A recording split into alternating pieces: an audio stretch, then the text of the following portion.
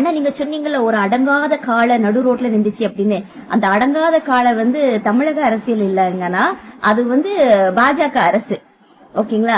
So அது அடங்காத காலையில அது எரும மாடு. அந்த எரும மாட்டை நவுட்டினாதான் எல்லாமே நார்மலா போகும் அப்படின்றதுக்காக எல்லா கட்சிகளும் நாங்க பாடுபட்டு இருக்கோன்றதான் அர்த்தம். அல்ல ஒரு சின்ன பையன் போய் புல்ல கொடுத்தோம் அந்த மாடு பின்னாடியே வந்துருச்சு அப்படின்னு. அதே தானே நாங்களும் சொல்றோம். நீங்க புல்ல எப்படி 2 கட்டு புல்லு கொடுத்தீங்க பாத்தீங்களா? ஒண்ணு ஜனநாயக படமும் இந்த ஆட்டுக்கு பிரியாணி பொண்ணை கொட்டும் போது கழுத்து கொடுப்பாங்கல்ல, அந்த மாதிரி உங்க கழுத்தையும் நீங்க பாஜக கிட்ட கொடுத்துருக்கீங்க. சோ அதனால நீங்க அந்த எரும மாடு அந்த காளை மாடு அமைதியா தான் இருக்கும் உங்க விஷயத்துல. அப்புறம் சொல்லிருக்கீங்க என்னோட நண்பர்னு சொன்னா எதுக்கு சார் கரூர் விஷயத்துல எனக்கு பழி போட்டீங்க அப்படின்னீங்க. என்ன நீ பேசுறது எல்லாம் நீ திருப்பி எடுத்து பாரு. பழி போட்டது அத்தனையும் நீதாம்னே. யார் மேல எல்லாம் பழி போட்டீங்க தெரியுமா? தமிழக அரசு மேல. அதுக்கப்புறம் அங்க இருக்கக்கூடிய சட்ட ஒழுங்கு அந்த இன்ஸ்பெக்டர்ஸ் அவங்க சரியா வரல, போலீஸ் எங்களுக்கு பாதுகாப்பு கொடுக்கல, அது எங்களுக்கு பாதுகாப்பு கொடுக்கல அப்படின்னு சொன்னீங்க. செந்தில் பாலாஜி மேல நீங்க பழிய போட்டீங்க. ஊசி போட்டு கொண்டுட்டாங்க அப்படின்னு சொன்னீங்க. அன்பில் மகேஷ் அண்ணா ஒரு அழுதுதான் அதை நக்கல் பண்ணீங்க. அவங்க எல்லாம் எப்படி வந்தாங்க அப்படின்னு கேட்டீங்க. ஆனா அங்கிருந்து திருச்சி நீங்க ஓடுனீங்க.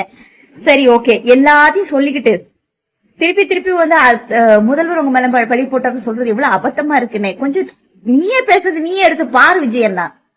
அதுக்கப்புறம் அவங்களே சொல்லிட்டாங்க இது வெற்றின்னு சொல்லிட்டாங்க. வெற்றினா விஜய் அவங்கள அறியாம சொல்லிட்டாங்க. ஏன்னா அதுக்கு வேற அர்த்தம் இல்லைன்னு தமிழ்ல அவ்வளவுதானே வார்த்தை இருக்கு. அந்த வார்த்தையில நீங்க பேரை வச்சுக்கிட்டு எல்லாரும் நம்மளதான் சொல்றாங்கன்னு. இதுல இன்னைக்கு விஜய் பேச ஒரு விஷயம் என்னன்னு பாத்தீங்கன்னா அப்படியே மோதி பேச மாதிரி எனக்கு இருந்துச்சுங்க. என்ன பேசுனா என்ன அசிங்கமா பேசுனா தமிழக மக்களை அசிங்கமா பேச மாதிரின்னு அப்படியே டிட்டோ குருஜி மோதி பேச மாதிரியே இருந்துச்சுனே. என்ன எதிர்த்தா எல்லாரும் ஆன்டி இண்டியன்ஸ், இந்தியாவை எதிர்க்க மாதிரி. என்ன வேண்டாம்னு சொன்னா இந்தியன்ஸ் வேண்டாம்னு சொன்ன மாதிரி. ஒட்ட புல்ஷிட் யார். எல்லாரும் இந்த பழி வாங்குறாங்க. அவர் எல்லா எலெக்ஷன்ல சொல்றாரு எல்லாரும் மோதிய பழி வாங்குறாங்கன்னு. மாறுறது தப்பு இல்லன்னு. இவ்வளவு மானங்கட்டத்தனம் மட்டும் நீ மாறக்கூடாது. உன்னை பழி வாங்கி என்னன்னே ஆக போறதுக்கு இருக்கு. ஃபர்ஸ்ட் நீ சினிமா நடிச்சிட்டு இருந்த, ஓட்ட படமா இருந்தாலும் கூட பரவாயில்ல, ஏதோ பாக்குற மாதிரி இருக்கும். சிலது காரி துப்புறமா இருந்தாலும் கூட அதுக்காக மக்கள் போவாங்கன்னு ஒப்புமே. ஒன்ன பேச தமிழக மக்களை பேசுற மாதிரி. அப்ப மூணு ஆட்கள் எங்களெல்லாம் பேசுறாங்களா? அப்ப தமிழக மக்கள் இல்லாம நாங்க என்ன ஆப்பிரிக்கால இருந்தா வந்தோம். நாங்க ஆப்பிரிக்கா கண்டத்துல எங்களுக்கு ஓட்டு இருக்கு. சரி, தமிழக அரசு எதுவுமே செய்யலன்னு சொல்ற விஜய் அண்ணா, இப்பவும் நான் கேக்குறேன், நீ என்ன முதல்வர் கிட்ட கேட்ட? முதல்வர் என்ன செய்யல?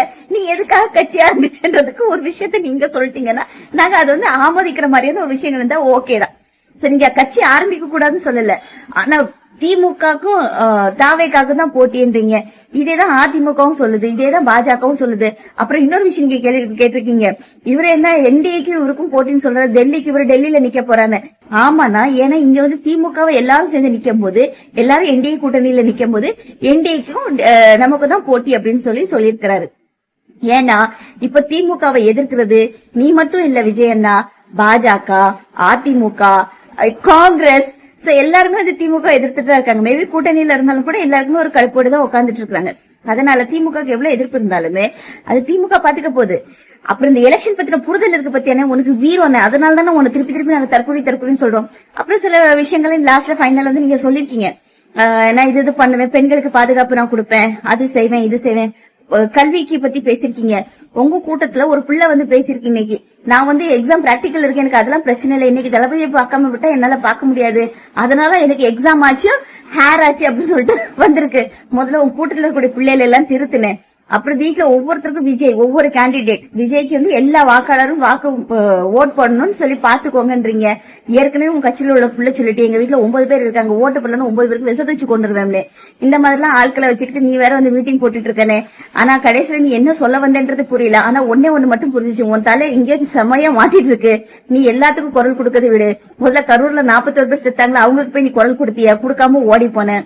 உன் படம் ஜனநாயகம் என்ன ரிலீஸ் ஆகாம இருக்குன்னு அதுக்கு முதல்ல குரல் கொடுங்க. அதுக்கப்புறம் நீ தமிழக மக்களுக்கு குரல் கொடு. பெண்கள் பாதுகாப்பு பத்தி சொன்ன பத்தியானே உன் மாவட்ட செயலர் ஏதோ ஒரு பொம்பளை வீட்டுல போய் உட்காந்துக்கிட்டு நைட்டு புடிபட்டுட்டு அந்த வீடியோ ரிலீஸ் ஆயிட்டு அந்த வீடியோக்கு காரணமும் திமுக தான் சொல்லி அந்த கட்சிக்காரி உன் பொம்பளைய பேசுற பத்தியானே இதெல்லாம் வெளியே விட்டுட்டாங்க. இதுக்கு எல்லாமே திமுக தான் பொறுப்புன்னு நீ புதுசு நேரத்துல உன் கட்சிக்காரனை கூப்பிட்டு வீட்டுல உட்கார வச்சுட்டு எல்லாரையும் பண்ணிட்டு ஏட்டா நீங்க அர்த்தம் பண்ணிட்டு ஆட்டை போட்டு திமுக தான் காரணம், உங்களை கெட்ட விஷயம் திமுக தான் காரணம், உங்க வீட்டுல ஏதாவது இளவு நடந்தாலும் திமுக தான் காரணம், நீயே கூட்டிட்டு போய் கூட்டத்தை கூட்டிட்டு போய் இளவு நடந்தாலும் அதுக்கு திமுக தான் காரணம், எல்லாத்துக்கும் திமுக தான் காரணம். இப்போ உன்ன நாங்க கேள்வி கேட்டா தமிழக மக்களா நாங்க அசிங்கமா பேசுன மாதிரி. வாரே வா, சூப்பர் விஜய் அண்ணா.